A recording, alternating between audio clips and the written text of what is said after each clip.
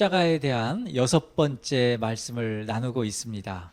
지금까지 이제 6번째 주일을 맞이하면서 사순절을 이렇게 보내오면서 지금까지 가상 7원에 대한 이 십자가상에서 예수님께서 하신 말씀 그 6번째 이제 시간을 우리가 맞이하게 됩니다. 근데 십자가를 이렇게 생각해 보면 십자가는 역설이고 모순입니다. 십자가는 예수님에 있어서는 가장 지독한, 가장 치욕스러운 그런 고난이셨고, 그렇지만 그것을 믿는 우리에게는 구원의 은혜가 아닐 수 없습니다. 예수님은 십자가를 지셨지만 우리는 또 그로 인하여서 이 은혜를 입었습니다. 예수님은 고난을 당하셨지만 우리는 그로 인하여서 또한 평안을 얻었습니다. 예수님은 저주를 당하셨지만 우리는 그로 인하여서 축복을 받았습니다. 이처럼 십자가는 역설이자 모순이 아닐 수 없습니다. 1948년에 발표한 그 윤동주, 우리가 잘 아는 시인이죠. 이 윤동주의 이 십자가라는 시를 보면은 자기 자신이 십자가를 바라보면서 도저히 도달할 수 없음에 탄식을 합니다. 그러나 십자가가 사명이라면 그 십자가를 지겠다고 고백하는 시가 바로 1948년에 발표된 그 십자가인데요. 자, 이런 이제 시입니다. 쫓아오던 햇빛인데 지금 교회당 꼭대기 십자가에 걸렸습니다. 첨탑이 저렇게도 높은데 어떻게 올라갈 수 있을까요? 종소리도 들려오지 않는데 휘파람이나 불며 서성거리다가 괴로웠던 사나이 행복한 예수 그리스도에게처럼 십자가가 허락된다면 모가지를 들이우고 꽃처럼 피어나는 피를 어두워가는 하늘 밑에 조용히 흘리겠습니다.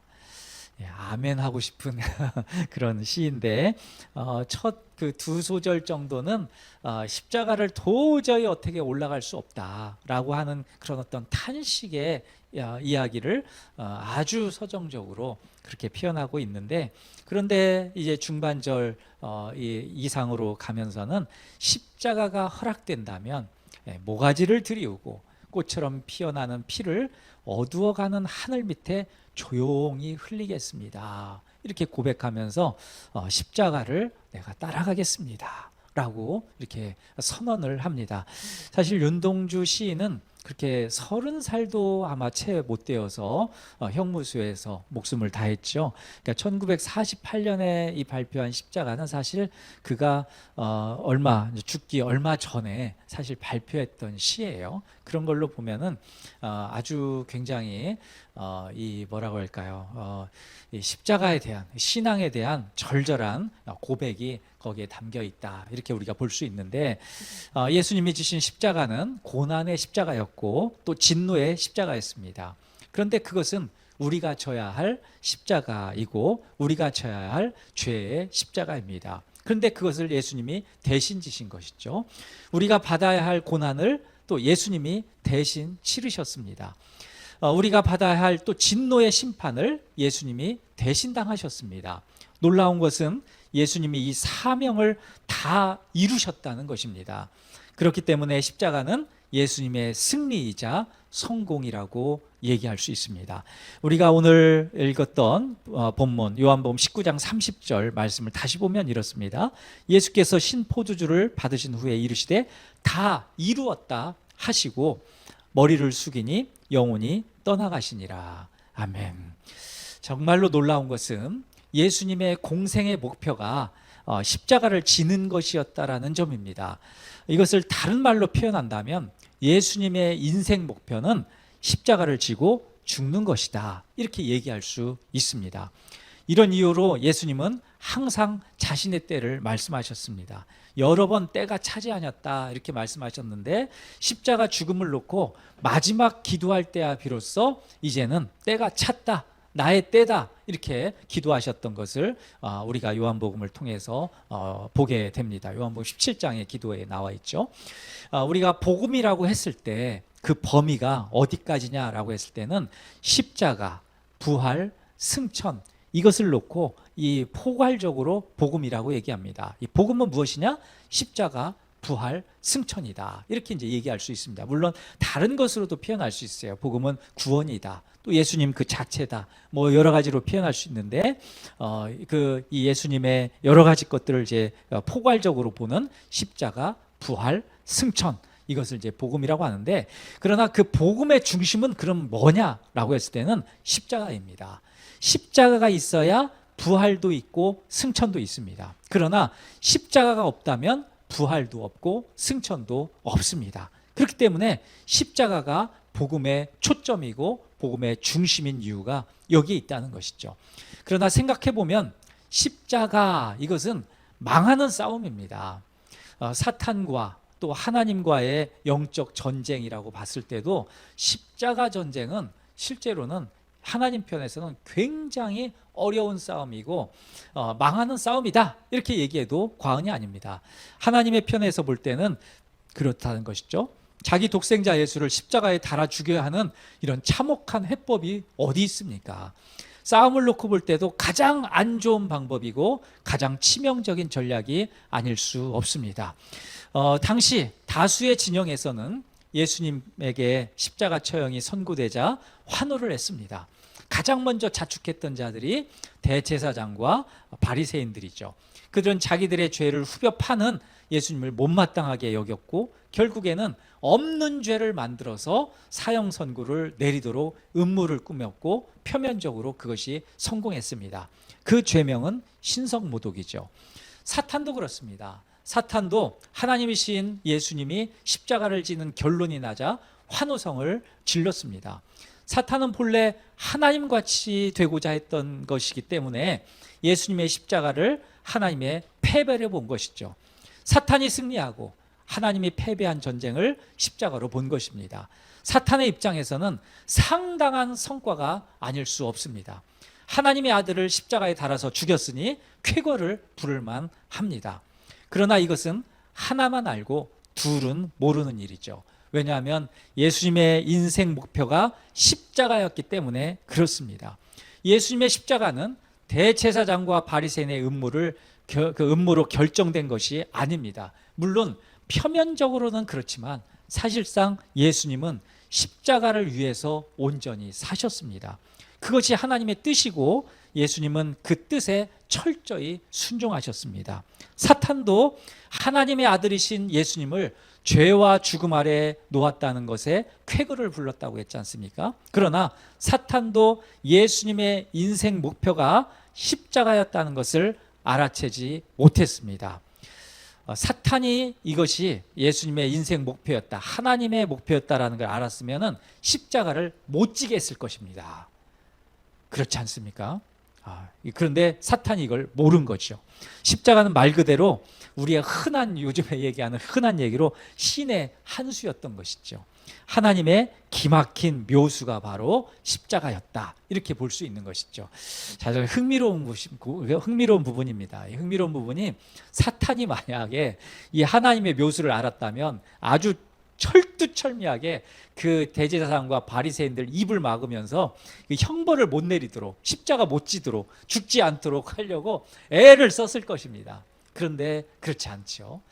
이 대제사장, 바리새인, 그리고 많은 그 군중들을 통해서 막 선전선동을 해가지고는 십자가로 몰아넣고 십자가에 못 박아서 죽이게 되는 것이죠.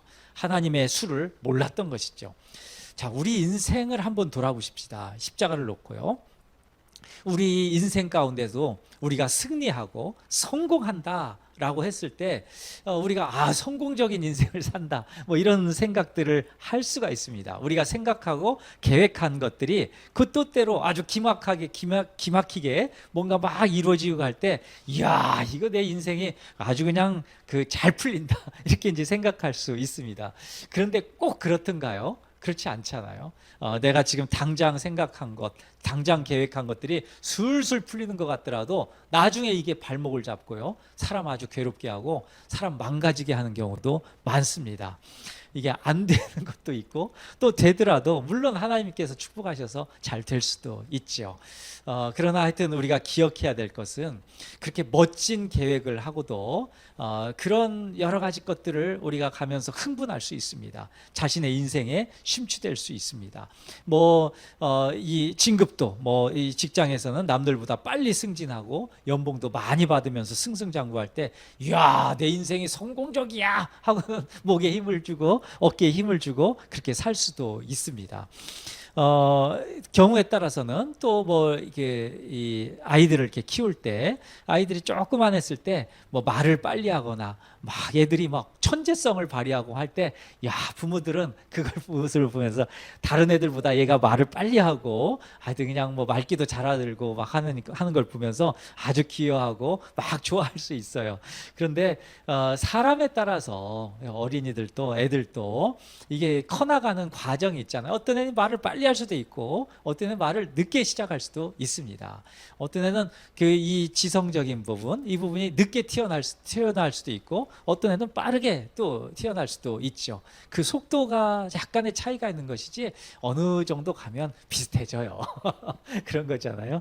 네, 그런데 하여튼 그런 거 가지고 이게 뭔가 흥분하고 이렇게 되는데 우리가 이제 천재적인 음악가라든지 미술가들도 그렇고 예술인뿐만 아니라 과학자들도 마찬가지예요. 천재적인 사람들 있잖아요. 근데 어렸을 때 천재성은 얼마나 가는가 보면은 사실 한 10%도 못 간답니다. 그러니까 보통은 이 천재적인 이런 어떤 성격, 천재적인 천재성들 이런 것들이 어떤 청소년기 이렇게 가면은 그때까지 유지될 수는 있지만 어느 정도 가면은 대부분은 보통으로 유지돼 버린다는 거예요. 그리고 이제 음악인들도 마찬가지예요. 저도 음악을 좋아하기 때문에 피아니스트들 아주 천재적인 신동이다라고 불리는 피아니스트들 아홉 살에 데뷔를 하고 이런 거 정말 생각하실 수도 없는 거죠. 근데 얘들이 정말 잘 되느냐 끝까지 아니라는 거예요. 20대 되고 그러면은 30대도 못 가가지고 어디에서 무슨 활약을 하는지 알 수가 없는 상황들이 많다는 거죠. 그러니까 거의 10% 이내. 그러니까 끝까지 천재성을 발휘하면서 가는 사람들은 많지 않다는 거예요. 대부분은 중간에 이렇게 평범해지거나 또는 그로 인해서 그 천재성으로 인해서 오히려 인생이 패망할 수 있다라는 경고를 우리가 겸허히 받아들일 필요가 있습니다. 이런 이유 때문에 우리 잠언 16장 9절의 교훈을 마음에 간직해야 됩니다. 사람이 마음으로 자기의 길을 계획할지라도 그의 걸음을 인도하시는 이는 여호와시니라. 아멘. 바로 이 말씀이죠. 자, 성취. 오늘의 주제가 이 성취, 다 이루었다라는 말씀인데 성취라는 말은 목적을 다 이뤘다는 뜻입니다. 다른 표현으로 하자면 성취는 달성, 완성, 성공이라고 얘기할 수 있습니다. 누구든지 성공하고 싶어 합니다. 누구든지 자기의 인생 목표를 달성하고 싶어 합니다. 그러나 예수님처럼 완전히 이루고 성취할 수 있는 사람은 세상에 없습니다. 예수님이 어떻게 그분의 목표를 성취하게 되었는지 우리는 배우는 게 중요합니다. 크게 두 가지 의미에서 그런 의미에서 그 십자가를 우리가 알아야 되는데 첫 번째는 십자가가 속죄를 위한 완전을 위한 성공이었다라는 것입니다. 예수님의 십자가 죽음은 우리의 죄를 속죄하기 위한 처절한 수단이었습니다. 예수님의 십자가 죽음 때문에 심판 아래 놓인 우리가 생명을 얻게 되었습니다. 이것을 단번에 알아본 사람이 있었는데 그 사람이 바로 세례 요한입니다. 세례 요한이 요한복음 1장 29절에 보면 이렇게 얘기해요. 이튿날 요한이 예수께서 자기에게 나오심을 보고 이르되 보라 세상 죄를 지고 가는 하나님의 어린 양이로다. 아멘. 단번에 알아봅니다. 물론 그 뒤에 진짜 이분이 그리스도이신가, 진짜 메시아이신가 이것을 의심도 해요. 그러나 세상 죄를 지고 가는 하나님의 어린 양이라는 것에 확신을 갖게 되죠. 자, 오늘 본문인 요한복음 19장 30절은 구약 성경에 기록된 새 구절의 성취이기도 합니다. 흥미로운 것은 모두 뼈를 꺾지 않으시고 보호하신다는 그 말씀이에요. 먼저 출애굽기 12장 46절에 보면 이런 말씀이에요. 한 집에서 먹되 그 고기를 조금도 집 밖으로 내지 말고 뼈도 꺾지 말지며, 이 말씀이 있어요. 자, 그리고 민수기 9장 12절에 보면 아침까지 그것을 조금도 남겨두지 말며 그 뼈를 하나도 꺾지 말아서 유월절 모든 율례대로 지킬 것이니라. 자, 마지막 시편 34편 10절에는 그의 모든 뼈를 보호하심이요 그 중에서 하나도 꺾이지 아니하도다. 아멘. 다 뼈가 꺾이지 않는다라는 것이 다 이루었다는 말씀과 함께 이렇게 연결돼서 성취라는 주제에 귀결된다는 것이죠. 자, 흥미롭게도 예수님께서 죽으실 때 로마 군인들은 예수님의 양쪽에 달린 두 죄인들 있잖아요. 그 뼈를 꺾었습니다. 확실히 죽었는지 확인하기 위한 의례적 절차였던 것이죠. 그러나 예수님의 뼈는 꺾지 않았습니다. 그 로마 군인들은 사람을 딱 보기만 해도 야, 이 사람이 죽었는지 살았는지 육안으로 금방 식별할 수 있는 그런 전문가들이라고 그랬지 않습니까? 그런데 그들은 예수님을 보자 이미 죽었다는 것을 알았기 때문에 뼈를 꺾지 않아도 된다라고 판단을 한 거예요. 그래서 뼈를 꺾지 않았습니다. 그런데 그들은 자기들 육안으로, 그러니까 지금까지 경험을 가지고 이 사람은 죽었구나 라고 해서 뼈를 꺾지 않았는데, 이것이 구약 성경에 예언된 말씀이 성취되는 것이라는 것은 몰랐던 것이죠. 그런데 출애굽기, 민수기, 시편에 나온 말씀이 그대로 이루어진 것이죠. 요한복음 19장 36절에 보면 이런 말씀이 있어요. 이 일이 일어난 것은 그 뼈가 하나도 꺾이지 아니하리라 한 성경을 응하게 하려 함이라. 아멘. 놀랍죠? 구약에 있어서의 그 말씀들이 예수님께서 뼈를 꺾이지 않으심으로 인하여서 그게 바로 확실한 성취다 라는 것으로 보여주시는 것이죠. 예수님의 십자가가 우리의 죄 때문이라는 것을 말씀하는 대표적인 성경 구절이 이사야서 53장 5절입니다. 그가 찔림은 우리의 허물 때문이요 그가 상함은 우리의 죄악 때문이라. 그가 징계를 받음으로 우리는 평화를 누리고 그가 채찍에 맞음으로 우리는 나음을 받았도다. 아멘. 여기서 우리의 죄악 때문이라 이 말씀 있잖아요. 그가 상함은 우리의 죄악 때문이라. 그가 상하지 않으셨어도 됐어요. 우리의 죄가 없었다면, 죄악이 없었다면. 근데 그가 상함은 우리의 죄악 때문이다. 이렇게 분명히 못을 박죠. 예수님의 십자가 때문에 우리의 죄가 완전히 씻겨졌습니다. 이제 십자가를 믿는 자마다 멸망하지 않고 영생을 얻는 길이 열린 것이죠. 요한복음 3장 16절, 우리가 잘 아는 말씀이죠. 하나님의 세상을 이처럼 사랑하사 독생자를 주셨으니 이는 그를 믿는 자마다 멸망하지 않고 영생을 얻게 하려 하심이라. 요한복음 6장 40절에도 내 아버지의 뜻은 아들을 보고 믿는 자마다 영생을 얻는 이것이니 마지막 날에 내가 이를 다시 살리리라 하시니라. 아멘.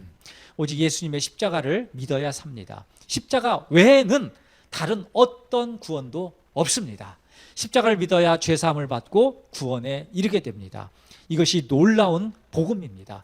예수님은 십자가를 지심으로 속죄 사역을 완벽하게 이루셨고 성경에 기록된 예언의 말씀을 완전히 성취하셨습니다. 자, 속죄에 대한 완전한 승리, 완전한 성취, 속죄를 다 이루셨다라는 게 십자가의 첫 번째 의미라면, 이제 두 번째 의미, 이 십자가의 두 번째 의미는 십자가는 생명의 성취, 생명의 완성, 생명으로 인한 승리라는 점입니다. 자, 예수님이 다 이루었다는 말씀은 죽음을 생명으로 바꾸는 사역을 성취하셨다, 이런 선언입니다. 다 이루었다는 말씀은 그 지긋지긋한 죄의 문제를 완전히 해결하셨다는 것이고, 더 나아가서 사망을 생명으로 바꾸셨다는 선포이기도 합니다.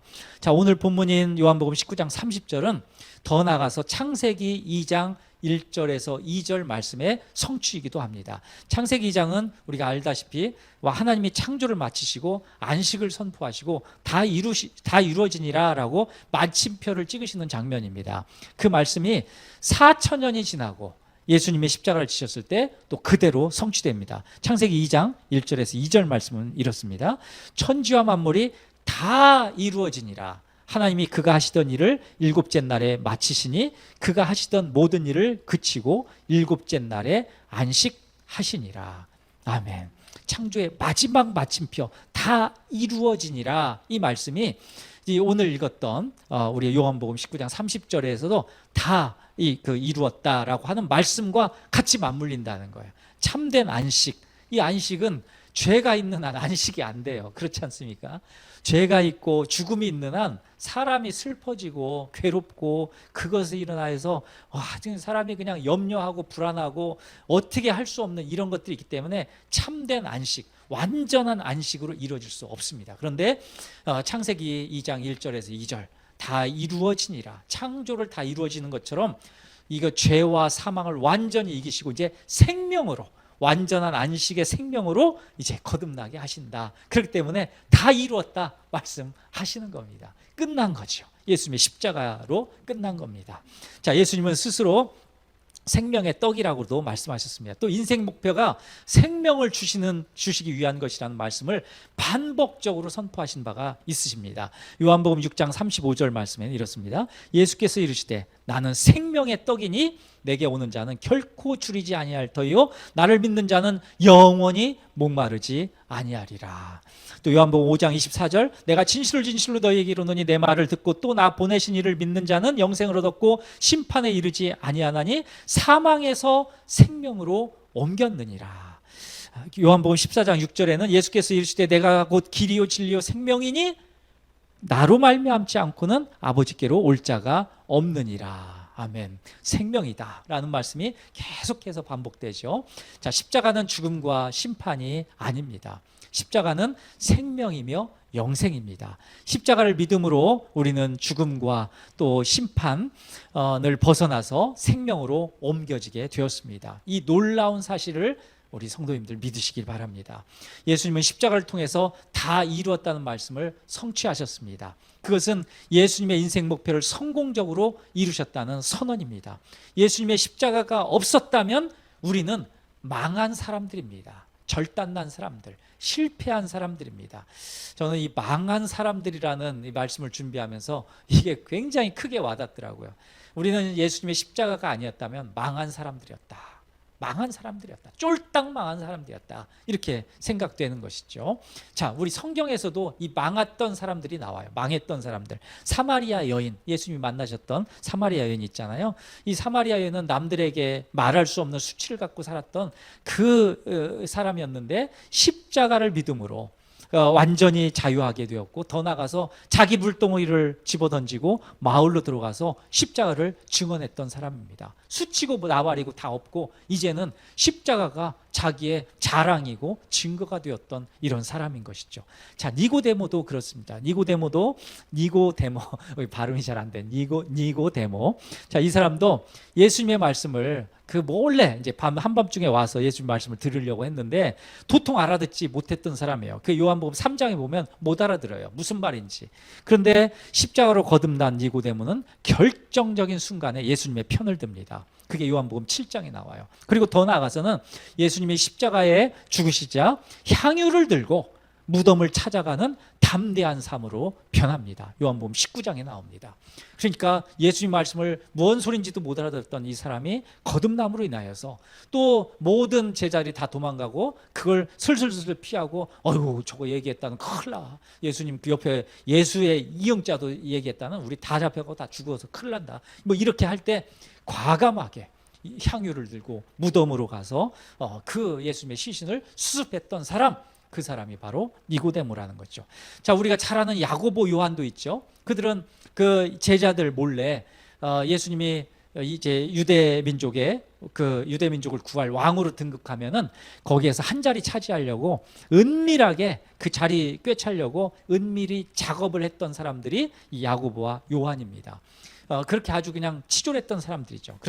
그러나 그들도 십자가를 믿고 땅끝까지 복음을 전하는 전사로 바뀝니다. 심지어는 요한은 우레의 아들이라고 그랬잖아요.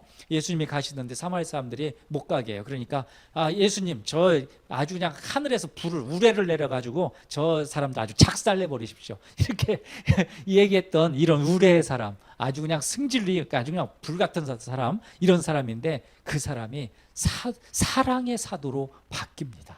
사랑의 사도. 그래서 그 사도 요한은 사랑의 사도라는 이 닉네임, 이 별명이 붙은, 우레의 아들에서 사랑의 사도로 바뀌는 이 사람이 된다는 것이죠. 십자가를 믿음으로. 자, 한 사람 더 소개할까요? 우리가 잘 아는 베드로를 보십시오. 베드로는 배신의 아이콘이 베드로 아닙니까? 베드로는 예수님을 3번이나 부인했던 사람입니다. 그러나 십자가 은혜로 거듭나고 나서 배신에서 믿음의 반석이 되었고, 고기를 잡는 어부에서 사람을 낚는 어부로 변합니다. 이것은 모두 십자가 은혜 때문에 가능한 일이었던 것이죠. 십자가가 이렇게 놀랍습니다. 놀랍습니다. 자, 청교도 나라인 영국 있지 않습니까? 잉글랜드, 영국은 지금 4개로 나눠져 있는데 그 중에 이제 잉글랜드를 지금 이야기하는 건데, 그 영국의 이 남부 항구 도시에 브리스톨이라는 이 도시가 있습니다. 항구 도시인데, 근데 그곳에 기독교 역사에서 빼놓을 수 없는 3사람이 살았습니다. 그 첫 번째 인물이 존 뉴턴이에요. 존 뉴턴. 이 찬송가 305장 나 같은 죄인 살리신 이것을 작사했던 분이에요. 그런데 존 뉴턴은 그렇게 은혜로운 찬송을 작곡할 만한 사람이, 작사할 만한 사람이 못 되었습니다. 그 사람은 그 당시에 노예들을 팔고 노예들을 사고 파는 그런 노예 무역상이었고, 돈만 하는 아주 악질적인 사람이었던 것이죠. 그러나 극적으로 예수님의 십자가를 믿음으로 완전히 새로운 삶을 살게 됩니다. 생명을 얻고, 이 죽었던 생명을 얻고, 완전히 다른 삶을 사는데, 그래서 그때 작사한 찬송가가 나 같은 죄인 살리신, 생명을 얻었고, 그래서 거기에 생명을 얻었고 그 가사가 나오잖아요. 죽었던 나를 살리시고 생명을 얻게 하셨다. 자, 브리스톨에서 기억할 만한 인물, 2번째 인물은 조지 뮬러입니다. 조지 뮬러는 기도의 사람으로 유명하지 않습니까? 근데 기도의 사람으로만 아는 것은 하나만 알고 둘은 모르는 것입니다. 조지 뮬러는 고아의 아버지였습니다. 조지 뮬러가 십자가의 은혜를 깨닫고 평생을 고아들을 위해서 기도했고 고아들을 위해서 헌신했습니다. 십자가로 거듭난 사람은 자기의 죄를 씻어주신 예수님의 은혜에 감격해서 세상을 위해 헌신한 사람이 된다는 것이죠. 이것이 놀라운 십자가 생명의 역사입니다. 마지막 한 사람, 존 웨슬리. 그 사람도 이 브리스톨에서 살았던 그런 사람인데, 존 웨슬리 하면 감리교회 창시자로 알고 있는데, 감리교회 사실 전유물이 아닙니다. 존 웨슬리의 실천적 신앙은 교단을 떠나서 기독교의 산 유산이 되었던 것이죠. 십자가의 은혜로 거듭난 존 웨슬리는 이렇게 이제 고백합니다. 저는 더 이상 제 것이 아니라 주님의 것입니다.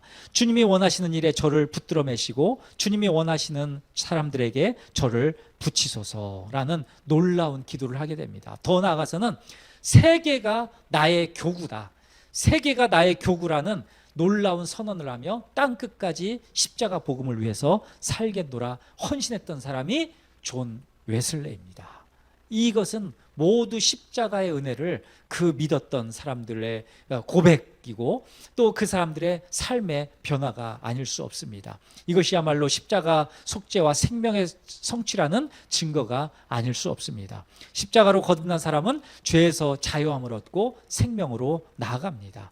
십자가로 얻은 은혜의 감격으로 인하여서 복음을 위해 헌신하게 되는 것이죠. 사도 바울이 고백한 것처럼 십자가 복음을 위해서라면 나의 생명을 조금도 귀한 것으로 여기지 않는다고 선언하게 됩니다. 사도행전 20장 24절 내가 달려갈 길과 주 예수께 받은 사명 곧 하나님의 은혜의 복음을 증거하는 일을 마치려 하면은 나의 생명조차 조금도 귀한 것으로 여기지 아니하노라. 아멘.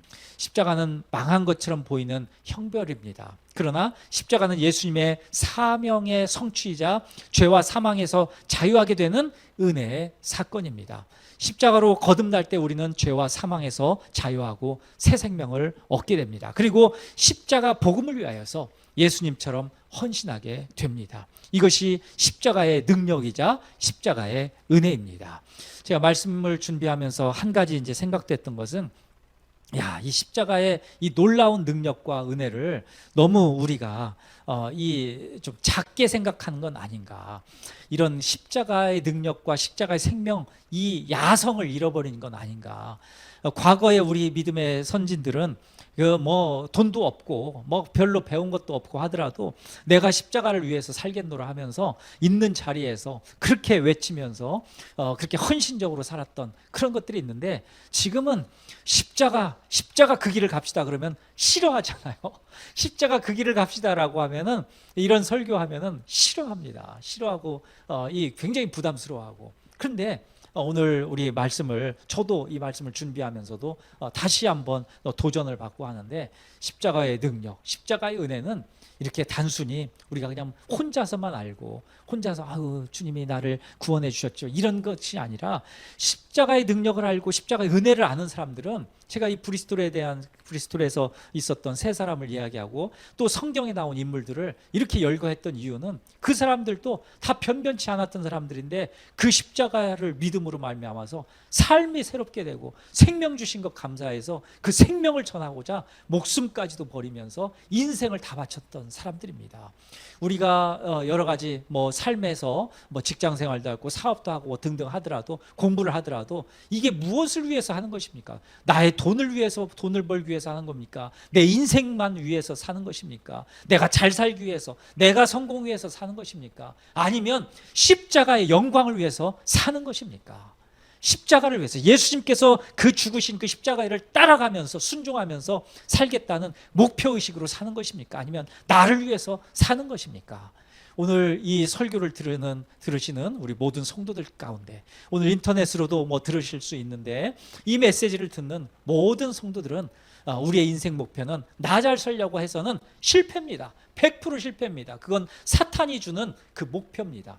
예수님이 주는 목표는 십자가의 길, 그 생명을 주신 길, 그 은혜를 주신 길을 따라가는 것입니다. 십자가를 메고 가는 것입니다. 그래서 다 이루었다 말씀하시는 속죄, 그 생명, 은혜, 그 성취의 역사가 바로 십자가의 길을 가는 사람들에게 주께서 역사하신다는 것을 믿음으로 받으시고 그 길을 함께 가시는 우리 모두가 되시기를 간절히 축원합니다.